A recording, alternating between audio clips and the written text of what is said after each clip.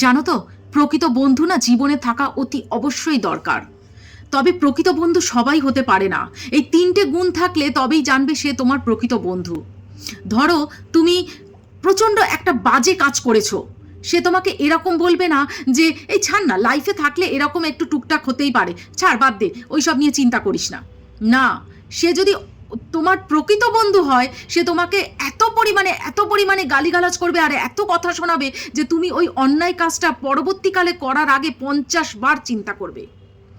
2, যদি ধরো তুমি তোমার মনের কথা, প্রচণ্ড মনের কথা কাউকে শেয়ার করতে পারছো না, ওই একজনকে শেয়ার করেছো যে কিনা তোমার কথাটাকে এই গলার ওপর দিক দিয়ে মুখ দিয়ে বার করবে না, এরকম ভরসা থাকবে, তোমার থেকেও বেশি ভরসা করবে তুমি ওই প্রকৃত বন্ধুর উপরে। আর 3, রাত 2টো হোক 3টে হোক, তুমি যদি কোনোদিন প্রবলেমে পড়ো, তাকে যদি একবার ফোন করো যে এই এরকম প্রবলেমে আছি, কি করব বলতো, কি কিছু উপায় আছে, সে তোমাকে সঙ্গে সঙ্গে আশ্বাস দেবে আমি আসছি। জানবে সেই হচ্ছে তোমার প্রকৃত বন্ধু, নচেত নয়।